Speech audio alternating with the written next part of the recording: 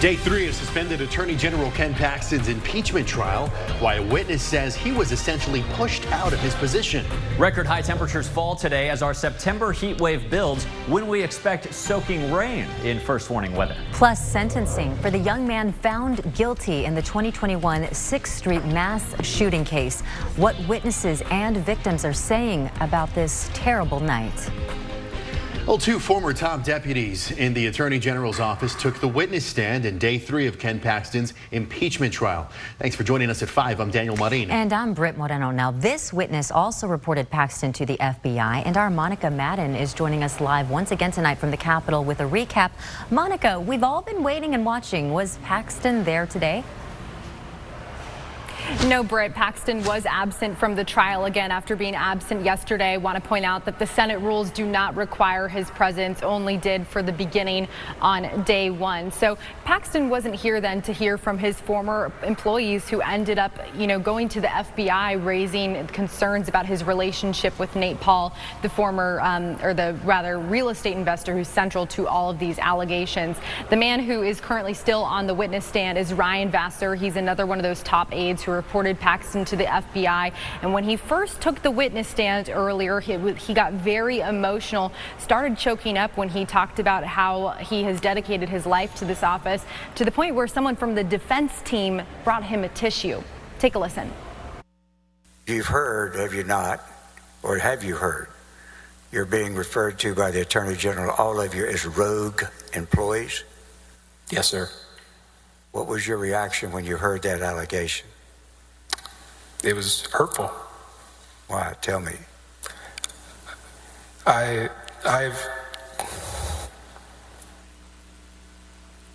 Sorry.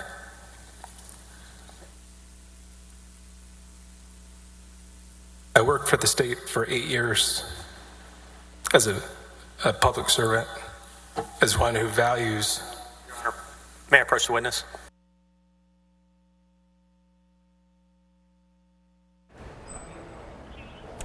Earlier, we also heard from another top deputy in the Attorney General's office who reported him to the FBI. It's another Ryan. His name is Ryan Bangert. He continued testimony this morning into the afternoon after he started yesterday. And Bangert also detailed his concerns about Paxton's relationship with Nate Paul, the Austin real estate developer I mentioned, who is central to all of these allegations and is accused of Paxton is accused of abusing his power to help him. Bangert says he and other top officials made numerous attempts to warn Paxton about their concerns about Paul, but it wasn't getting through.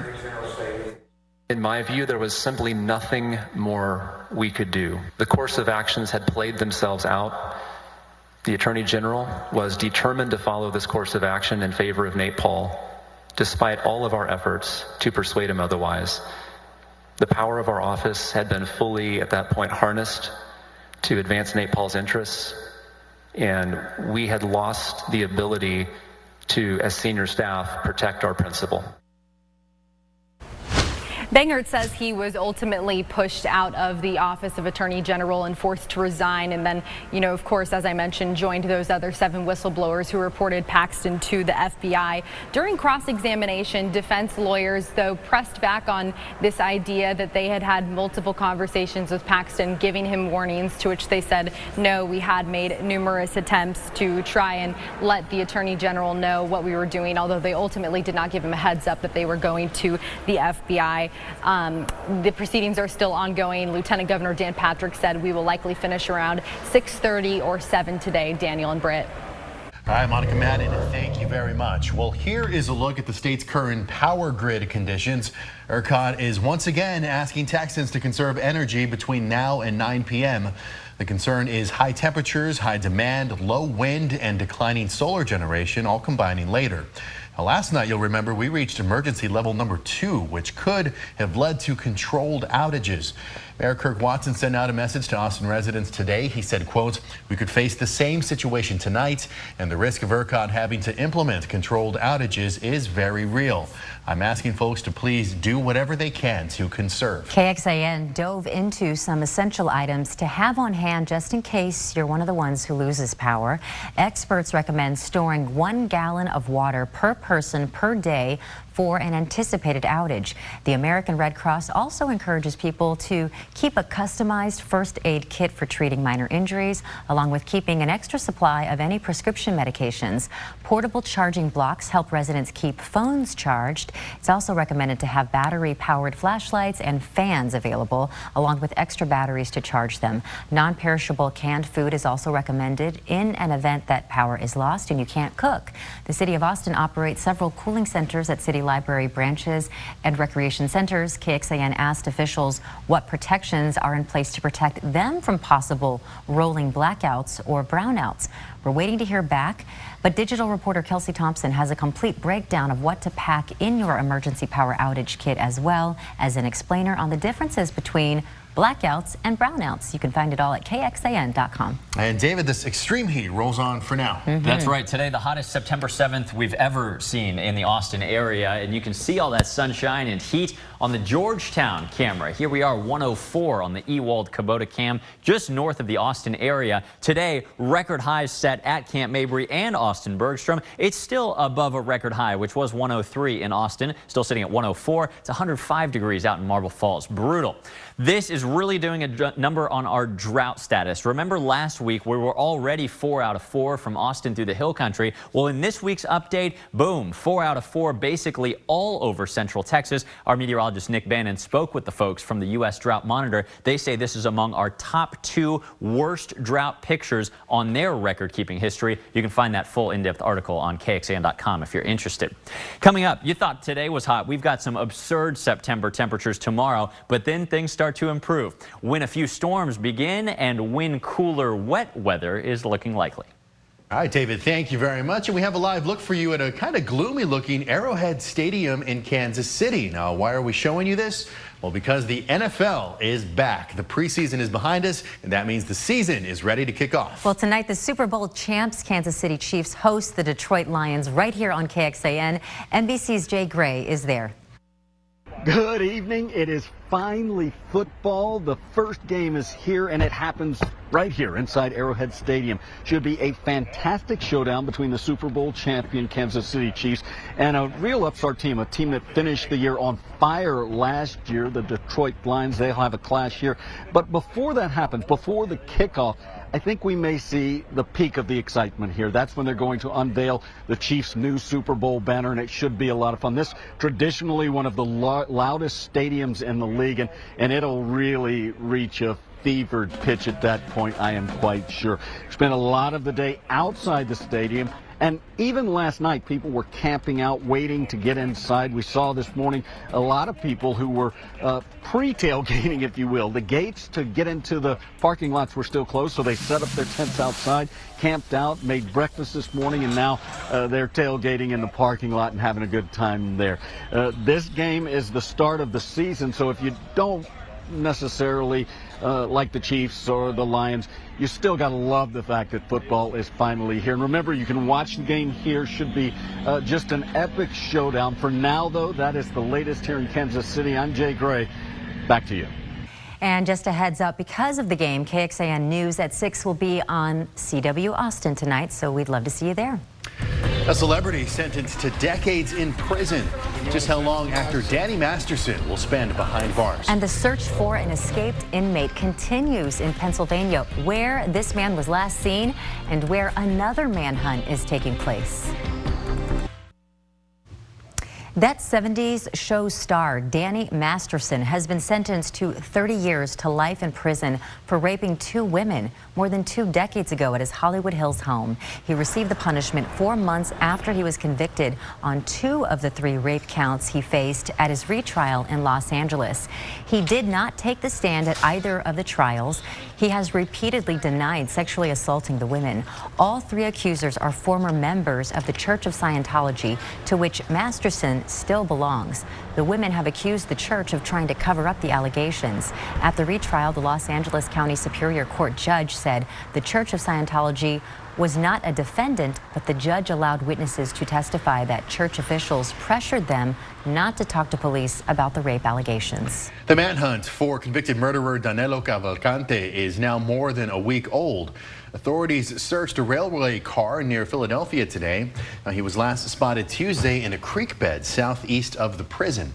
Cavalcante fled the Chester County prison on August 31st when he used a crab walk to climb up the wall of an outdoor corridor. Prison officials monitoring surveillance cameras and tower officers failed to notice the escape. Cavalcante was convicted of first-degree murder for stabbing and killing his former girlfriend. He is considered extremely dangerous.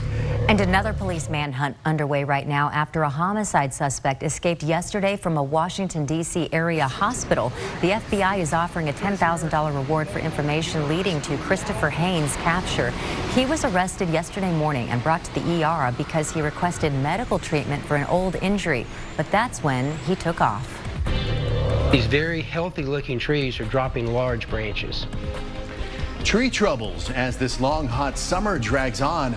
The frustration for Central Texans as some beloved trees continue to lose their limbs. And today's heat advisory is upgraded tomorrow to a more serious excessive heat warning as temperatures rise further. This as Austin records its second highest triple-digit day count on record. Today, number 76 for the year. But coming up, why I'm not sure we will reach that 2011 record of 90 days. Cooler weather coming in your forecast. Right now, our interview with the Secretary of State Blinken in Ukraine, his assessment of the war so far, and public support at home for U.S. aid. Also, the American stricken thousands of feet inside a cave and the race to bring him out on Nightly News. Well, us Central Texans love our trees, but the extreme heat is impacting everything, including our beautiful trees. Businesses say more people are calling about limbs randomly breaking off. As KXAN's Sarah Al-Sheikh explains, there are a number of things causing this to happen. In the middle of the afternoon, not a windy day, it just dropped right there. It's something Greg Webb says he's seeing more of in Wimberley. That big old branch fell off. Tree limbs falling. We're walking down to the river and a pretty big limb, probably about this big diameter, just fell out of the blue. Again, a calm day. Got down to the river and we hadn't been there 10 minutes and right across the river, a really large pecan limb fell. Raising potential safety concerns. It just barely missed my fence, and it was a huge limb. You wouldn't think one of these trees is going to lose a big limb. It's caused business to pick up for Wes Sanders. He's the owner of Tree Butler, a land clearing and tree trimming business out of Dripping Springs. I see it on small trees, big trees, old trees, young trees. Sanders says Mother Nature is responsible for this. And with the storm and then again with the heat and the drought, it's really affected the trees and it's taken its toll on them. That's led to more calls for debris cleanup and tree trimming. And they're really wanting to remove the trees that have leaning a little bit towards the house, older, weaker trees. While we're not out of the heat just yet, Webb says he's looking forward to some relief in the future for both him and the trees. But hopefully everybody will get a little bit of break with a little rain and some cool weather. Sarah Al-Sheikh, KXAN News. The Austin nonprofit Tree Folks says some of the trees are very stressed from the weather and they're using up all their stored energy. Now, they say if trees aren't getting enough water, that stored energy is only going to take them so far before we do start seeing those branches die and fall off. And coming up on KXAN today, this weekend, our Weekend Gardener story is actually about this very topic. We're talking about deep watering trees and which specific tools are needed to help with that. You can watch John Drumgoole dig into this topic on Saturday morning right here on KXAN. Good for all of us to know this time of year.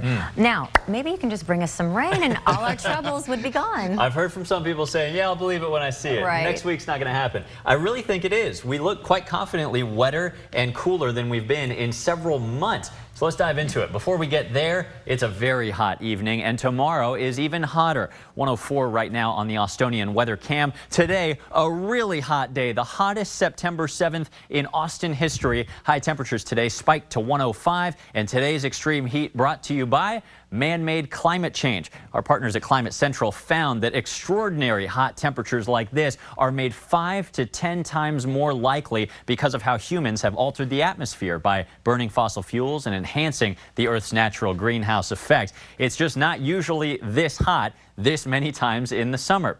The clouds and radar also showing a big heat dome building to our west. This controls our weather in a big way tomorrow, but then things start to change and the tropics are actually going to have a hand in this. First, the storm that's not affecting us, but it is really a monster to look at. East of the Windward and Leeward Islands, this is now Category 4 Hurricane Lee. Beautiful and cranking out there. This is expected to become a Category 5 storm with winds of over 160 miles an hour. But remember, it's not coming toward Texas. Let me take you over to the other ocean basin, the Eastern Pacific. This is a different Category 4 hurricane, another really powerful one named Hova. And this one may actually have a hand in bringing us rain. Let me explain. This happens sometimes in the summer, but this is kind of a different and unique way. If I take you a couple days in the future, you can see Hova is riding around this heat dome, which starts to move a little farther westward into the Pacific Ocean. This starts to come into play for us because over the weekend, a little piece of energy and moisture from that hurricane rides up and over the heat dome and juices up a cold front, which, yes, will be moving towards central Texas. This is going to bring not only cooler north winds into our area, but combined with that tropical moisture, a pretty good chance of some scattered to numerous showers and storms. Highest rain chance right now looks like when the front moves through late Tuesday into early Wednesday. Behind it, a chance of rain continues, and so do those north winds, which will feel much better for several days. Current rainfall projections still expecting widespread and soaking rainfall. It won't fill the lakes, it won't even fill the rivers, and it certainly won't fill fix the drought conditions rather. But hey, a ½ inch to 1 inch, 1 to 2 inches for many. This is going to be the most widespread rain we've seen possibly since May 4 months ago. The temperature, you're going to like this as well. Tomorrow it's really awful with one of the hottest September temperatures we've ever measured in Austin. This would be the second hottest at 108. But then things start to get more tolerable. After a hot weekend, we fall into the 90s early next week. And then when the front arrives, how about high temperatures closer to 90 degrees for a change? Tonight, remember, it gets worse before it gets better. This is expected to be our 4th consecutive night of record warmth overnight. 79 would be the previous record of 78. And tomorrow, talk about a record high. I can't count many times when I've seen a record smashed by a 6-degree margin. Sunshine, a breezy southwest wind, and a high temperature of 108 crushes the record of 102. After that, it's still hot this weekend. Records may be tied or set, but a few isolated storms begin to fire late Saturday and late Sunday. The best chances of rain again come with the front. Then we enjoy not only milder days, but cooler nights in the 60s. We'll be right back. Well, we are waiting to hear the sentencing outcome for the 21-year-old man convicted of killing a tourist in a mass shooting on 6th Street 2 years ago. A Travis County jury found DeAndre White guilty of murder last night. And today he is expected to learn his punishment. KXAN's Sam Stark is there and has the latest developments. After deciding late Wednesday night that DeAndre White was guilty of murdering Douglas Cantor, the jury returned to court Wednesday morning to make another tough decision: how long he should serve in prison. State and defense attorneys called more witnesses to the stand to help the jury make that decision. They included more victims we haven't heard from so far, including one woman who was out with a friend that night and suffered gunshot wounds through both of her legs. The bullets shattered one of her femurs. She said it took 8 months before she could walk again, and said she is still suffering from emotional trauma. The defense called up DeAndre White's aunt, whom he lived with, and others whom knew him very well. They swore to the court that he was not a bad kid and was just in the wrong place at the wrong time. When we're talking about punishment, we're looking at everything, right? We're looking at DeAndre White and who he is as a person, the offenses, the offense, or the offenses he committed. And in this case, Mr. White didn't just commit a murder. He also committed 14 separate offenses. White's defense team asked that the jury not consider anything longer than 20 years for his sentence, while prosecutors said they shouldn't consider anything less than 40. I'm Sam Stark in Austin for KXAN News. Well, today, Austin ISD is giving parents the chance to weigh in on the state's plan to try to get involved with the district's special education program. The district is hosting a public hearing, and this comes after it announced last week that the Texas Education Agency granted its request for what they're calling a less intrusive method of state intervention. The TEA could assign AISD a monitor that would report back to the state. It all started because of a backlog of evaluations needed to identify students with disabilities and children who need additional support or services. Now, board members have to vote on whether to accept the TEA's new plan by September 29th. All right, well, don't forget, because of the NFL, our 6 p.m. newscast tonight will be on CW Austin.